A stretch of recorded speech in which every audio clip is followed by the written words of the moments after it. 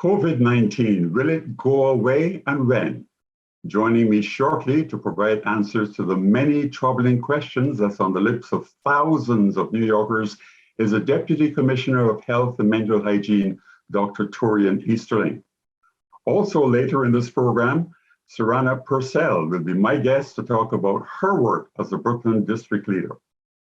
Dr. Easterling, welcome to Brooklyn 45. Thank you. Thank you for having me again, Sam. There are so many people who have had the vaccine and booster getting this variant Omicron. Why is this happening? Well, I think it's important to just frame where we are in our COVID-19 pandemic. We are squarely in the middle of an Omicron wave. Essentially, what this means is that we're having a surge of cases, and with an increase in cases, you see an increase in hospitalizations and unfortunately deaths. Now, we've always said that vaccines are not 100%. And so we will see some breakthrough cases. But let me just underscore that the majority of cases and hospitalizations and unfortunately deaths are among those who are unvaccinated. We're talking on the order of 7 to 8 times that of those who are unvaccinated are the ones showing up in our hospitals. And so this is just really emphasizing the importance of how vaccines are effective, not only against COVID-19 more generally, but also even against the Omicron variant. Okay. Does Omicron, I keep saying Omicron, does Omicron have a natural immunity phase? Well, I think the way to sort of think about the variant is that we have a very high vaccination rate in this city. In addition, we know that there are antibodies, naturally induced antibodies, because individuals have previous infection to previous versions or variants of the ancestral variant of SARS-CoV-2. So essentially, we have a lot of antibodies and protection against the COVID-19 virus. But what we do know is that we have to follow the science and the data. And what we know is that there is some level of immune evasion, meaning the ability of the natural antibodies to protect you against the Omicron variant is much lower compared to Delta and other variants. And so it's really important to ground us in the science, which shows that there's more effectiveness and protection when individuals are getting those booster doses. So let me really just underscore, it is not only important that you're getting your primary series, that's 2 doses for your mRNA vaccine or 1 dose of the Johnson & Johnson, but it's also important that individuals get their booster dose 5 months after the second dose for their mRNA vaccine or 2 months after Johnson & Johnson. We keep hearing about new variants. There is a IHU. I used to refer to that as I hate you. And how are we coping with IHU? We are told that there are not many cases here in New York. And are there going to be other variants as well that you are aware of? Yeah, I think what New Yorkers and your listeners need to know is this is the system working, meaning that we're going to always be capturing and understanding, collecting information about new variants. And so although we're talking about IHU, but essentially we know that variants are going to be popping up. And this was the same question that we were receiving when we were first learning about the Delta variant this past summer. And so what's important to really look at, and this is data that we share on our website at nyc.gov/health, we show all of the variants that are present in New York City. And so even going back to the ancestral variant of COVID-19 or SARS-CoV-2, the Alpha variant, the Beta variant, and even what we know more recently about the Delta variant, 99% of the cases right now are the Omicron variant. And so that's what's in front of us. And we have to be able to address what's in front of us. We should always know that variants can emerge. And even those variants that emerge may not have any impact. So we have to address what's in front of us, and that's the Omicron variant. And we have the tools to keep us safe: vaccines, testing, and masking. And we really have to continue to do that. How does one determine what form of the virus they've adopted? So sorry, I'm not hearing you. I'm sorry. How does one determine what form of the virus they have? Well, the ability to do screening and sequencing on the variant is really done in laboratories. What's important for us is that we continue to encourage New Yorkers to do diagnostic testing, and you can do that a number of different ways. Our colleagues at New York City Test and Trace has really built out a really robust testing infrastructure. We do more testing per capita than any place in this country, and even compared to other countries in the world. And so we have really increased our ability to do testing. Even to put a finer point, before this wave, we have a little less than 100 testing sites across this city. As we have moved into the Omicron wave, we have doubled. We have over 200 testing sites in New York City. And so the ability to do diagnostic testing, that's our PCR testing, that's our rapid testing, our antigen testing, the ability to learn about results in 15 minutes, and our oral testing as well. So huge thanks not only to our colleagues at New York City Test and Trace, but also our state colleagues and our federal partners, making sure that we have our testing infrastructure. But the collection of those swabs are important. They just really tell you if you are testing positive or negative. So if someone has an active infection, the ability to know if someone has the Omicron variant, that's done in a laboratory. And we really have one of the most world premier laboratories, our public health laboratory here in New York City. The state also has Wadsworth Laboratory, which is upstate. And so we do a lot of the sequencing, and we've been able to increase that over time. But again, let me just emphasize that 99% of the cases in New York City that are being sequenced are Omicron, the Omicron variant. So the assumption is right now that individuals who are testing positive are testing positive with the Omicron variant. I hear what you say about the laboratories. Lots of people are doing this self-testing. I myself did that 2 weeks ago, and the results were that I was positive. And I was very concerned about that. I went to a laboratory, and they gave me my results back in 48 hours, and it showed that I was negative. So what is your advice about self-testing? Yeah, it's important in our toolbox. We need our over-the-counter test kits. We've been able to expand our ability and identify cases, as you have just said, when someone is testing positive with their over-the-counter test kit, then they should certainly follow up and get a PCR test as well, because it's almost as if it's a confirmation that individual is testing positive for COVID-19. Now, we do know that there is issues with the sensitivity. So the ability to really hone in and identify that someone is actually positive, which is why we follow up with something more specific and you do a confirmation test. So we want to make sure that New Yorkers know that the over-the-counter tests are really useful. So if you do test negative, then you should have more confirmation that you are in fact negative. But it's also important to do PCR testing as well. And so we've been able to not only increase our ability to have brick and mortar and mobile units, but we've also been deploying millions of over-the-counter test kits to our schools, to many high-risk settings, and through our community-based organizations more recently. How can we as individuals and communities better support our older individuals who are now more isolated because of COVID, especially those people who are living alone and are at higher risk because of their age? Yeah, listen, this is a really important question.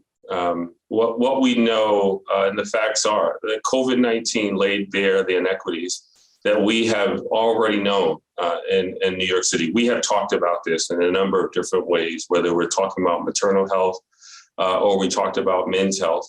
Mental health is also similar as we sort of think about what infrastructure is in place to really screen and identify where we're seeing severe mental illness, acute depression and anxiety, but then also linking individuals to culturally competent resources and treatment, and making sure that we're able to address some of the social inequities that surround why individuals are even facing mental health issues as well. And so then when we layer on top of that, the issues related to focusing on our older adults, we certainly saw high rates of isolation and other mental health stressors as a result of the pandemic. And so let me just say first, I think what has changed is that we are in a different moment in our pandemic, where folks have been coming together because we do have a high vaccination rate. And we've been doing the things that we have been keeping individuals safe. So with vaccines, being able to test and also wearing higher grade masks have really allowed families, friends to rejoin one another during the holidays and certainly more recently as we have come into this new year. So it's important that we do sort of put a pin there because that is a bright spot. But the question about what we can do to continue to support our older adults, I think it's really down to a couple of things that we got to continue to do. It's making sure that we're reaching out to individuals within our neighborhood and who are in our senior buildings, making sure that they're reconnecting to some of the important activities that have been really important to them pre-pandemic. We have seen with the reopening of our senior centers, allowing our older adults to re-engage into those activities has been really important. And also just encouraging individuals to get out of their house, in their homes, to make sure that they're walking, doing some type of physical activity has also been really important. Let me just also say that one of the really important resource that the city offers through NYC Well, which is really important. 1-8 NYC Well is a line that is available 24 hours, 7 days a week.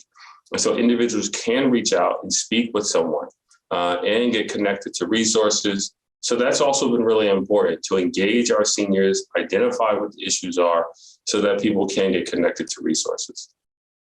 Moving away from seniors, but these folks are seniors as well, your role as equity officer, what trends are there that are unique to COVID that are particularly affecting people of color? Yeah, well, I think the indicators that we have been looking at during this pandemic has also really told the story about the inequities that are present and have been longstanding issues in this city. When you think about cases, hospitalizations, and deaths, at the beginning of this pandemic, we've seen inequities related to those indicators, where we were seeing 2 to 3 times the rate around hospitalizations and death among Black and Brown New Yorkers compared to other New Yorkers. And so even now in this 4th wave, during this Omicron wave, we're not only seeing high rates of cases among those who are unvaccinated, but when we look at our hospitalization, when we disaggregate it by race and ethnicity, we see higher rates of hospitalization among Black New Yorkers, 2 times that of other races and ethnicities. So what this tells us is that we not only need to focus on our vaccine campaign, which remains important, particularly because we are still in flu season and we do see co-infection, not only COVID-19 and influenza, but we also know that we have to pay particularly importance to long-standing health issues. We know that there have been neighborhoods that have high rates of premature mortality due to chronic disease. So heart disease, hypertension, diabetes, the things that have been killing folks, number 1 leading cause of death is related to heart disease. We still have to focus on these issues. We also know that we're still facing an opioid overdose crisis. And so we have to make sure that our public health infrastructure can not only withstand the devastation around COVID-19, but also these other epidemics that are also plaguing our neighborhoods. And so these are the inequities that we have to be able to have conversations about. How are we continue to supporting our healthcare infrastructure? How are we making sure that we are bringing resources into communities that have also faced these longstanding inequities? And so when we talk about the policies and the structures, then we're really able to dismantle how these inequities have started in the first place. But these are things that we have to make sure that there's a collective conversation. And that's why it's been an honor to serve in not only the first deputy commissioner role, but also the chief equity officer for the health department. Scientists are scaring us. They're saying that most Americans, in fact, I've heard some reports that say all Americans are going to become infected. What is your response to that when you hear that? Because I'm sure you're hearing it. Yeah, I just want to make sure I'm clear on the question. Scientists are saying that everyone will become infected. Infected, yes. Well, I would say, one, that, again, we are in a different phase. Because of our high vaccination rate, we know that there will be breakthrough cases. And so even those individuals who are vaccinated and are experiencing breakthrough cases are often experiencing milder infections. So it's not just about infection. The whole story is really making sure that we're now not only looking at transmission, but what is the impact on our healthcare system? We cannot allow our healthcare system to be overwhelmed because there's so much that we have to do. We also have to support our staffing shortages and make sure that our hospitals are well equipped to address the more urgent issues at hand. So I hear the point around infection, but it's a much broader story that we have to be able to talk about. And this is why it's really important that we continue to reinforce the importance of vaccines, testing, and masking. Okay. Masking, that's your last word, and this is going to be my last question as well. What kind of masks are you recommending? There are people who are saying that there are some masks that are no good. Some people are recommending double masking. Question is, what mask are you double masking? And we hear a lot about the K95, the N95, and NK95. What kind of masks are you recommending? Well, the mask that I continue to recommend is the mask that you're willing to wear. And so individuals have a preference towards cloth masks. Some individuals have a preference towards surgical 3-ply masks. And so it's important that individuals are wearing their masks, particularly during this wave.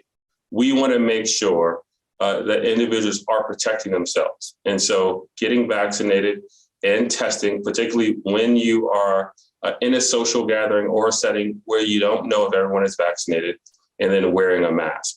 Now, taking it a step further for the mask, particularly for individuals who are older, individuals who have underlying chronic conditions. And I will also say that if you are living with someone who fall in those first two categories, should really consider wearing a high-grade mask.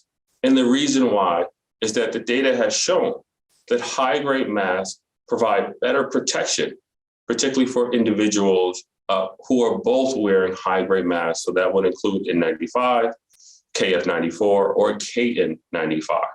And so that's an important recommendation. But we don't want to discourage, because we also know that these high-grade masks are expensive. And so we want to just make sure that individuals are wearing a mask. And I think that's where we want to start. But again, it's really important that we do tailor it, our messaging and our prevention measures, particularly to more vulnerable populations. We've only got 30 seconds. I don't know, we may have to invite you back again, but what word would you say to parents about their kids who are under 12 years old? Well, if you're under 12 years old, older than 5, get vaccinated. As a father, I know how important it is to protect your children. And I feel that same level of protection for my own daughter. And so under 5, we know that they're not eligible. And so we have to do, as parents and people around our children, we have to do everything that we can to do to protect them. And that means getting vaccinated. Dr. Torian Easterling, who is the Deputy Commissioner of Health and Mental Hygiene with the New York Department of Health. Thank you very much for being on Brooklyn 45. And we hope that this virus will go away and go away soon. That's on so many people's lips. But I want to thank you for being our guest here on Brooklyn 45 and sharing the information that you have. Thank you as always for having me.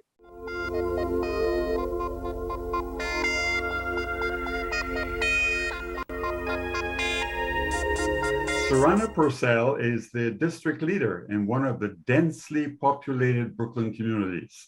Sarana, welcome to Brooklyn 45. Thank you, Sam, for having me. This is actually my first interview since taking office, so I'm happy to be here tonight. Well, I'm glad that we are number 1.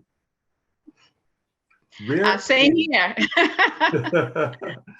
Where is your district? So my district encompasses the communities of Crown Heights, Prospect Leftis Gardens, East Flatbush, Wingate, and also a little in Crown Heights. So we're right in central Brooklyn. We have major hospitals in the district. We have, of course, major high schools with Wingate, and as well as parks around the park area. And it's really a hub in central Brooklyn. You have worked with a borough president, with several other Brooklyn officials. How will this help you make a positive impact on your community?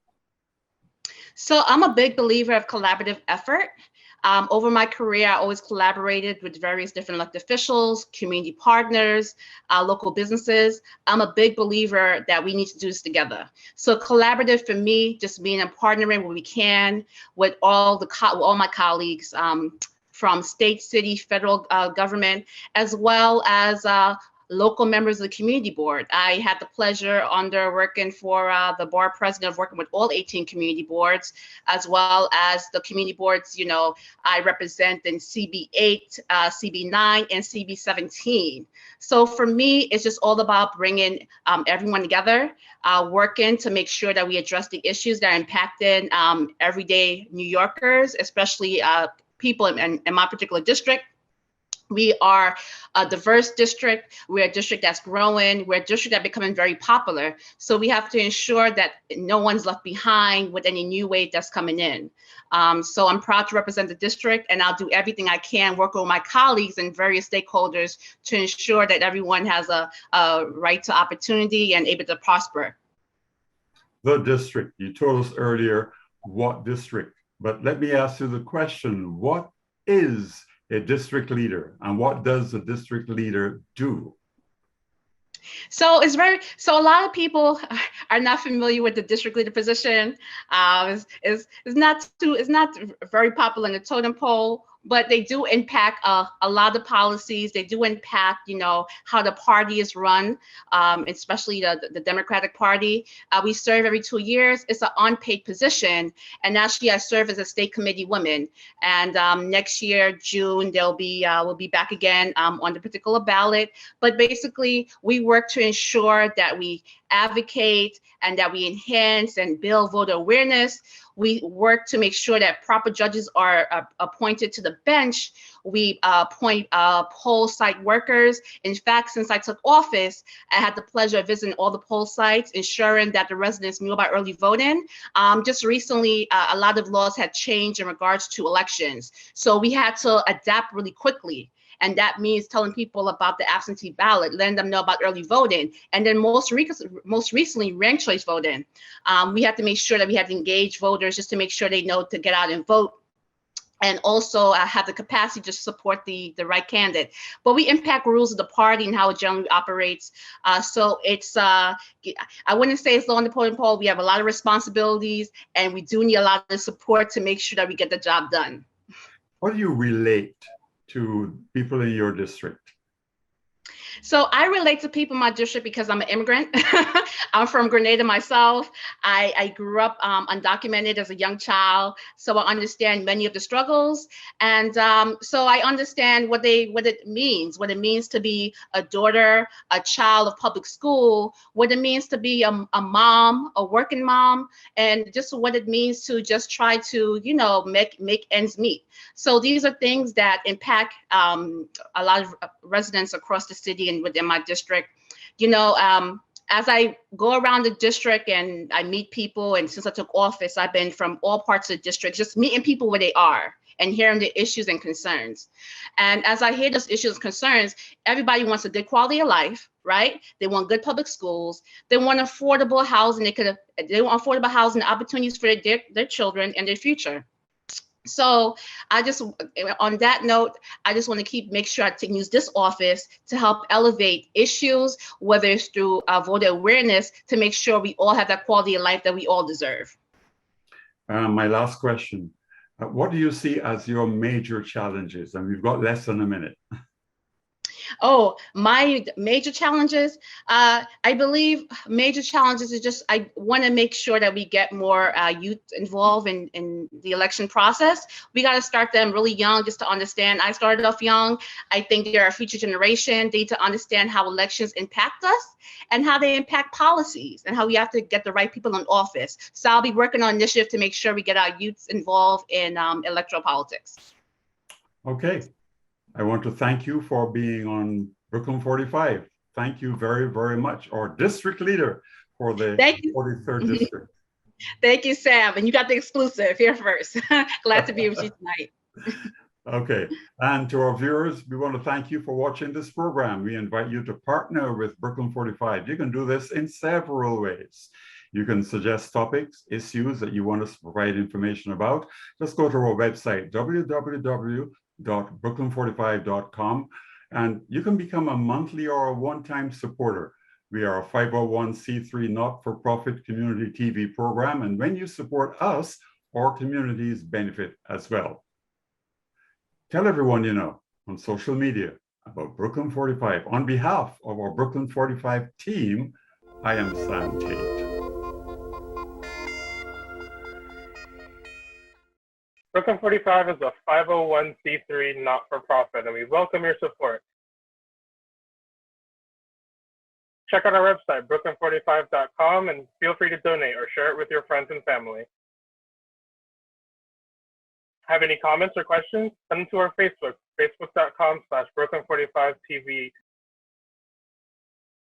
If you have any questions or topics you think we should cover next, shoot me an email over at brooklyn45tv@gmail.com. Thank you again for watching.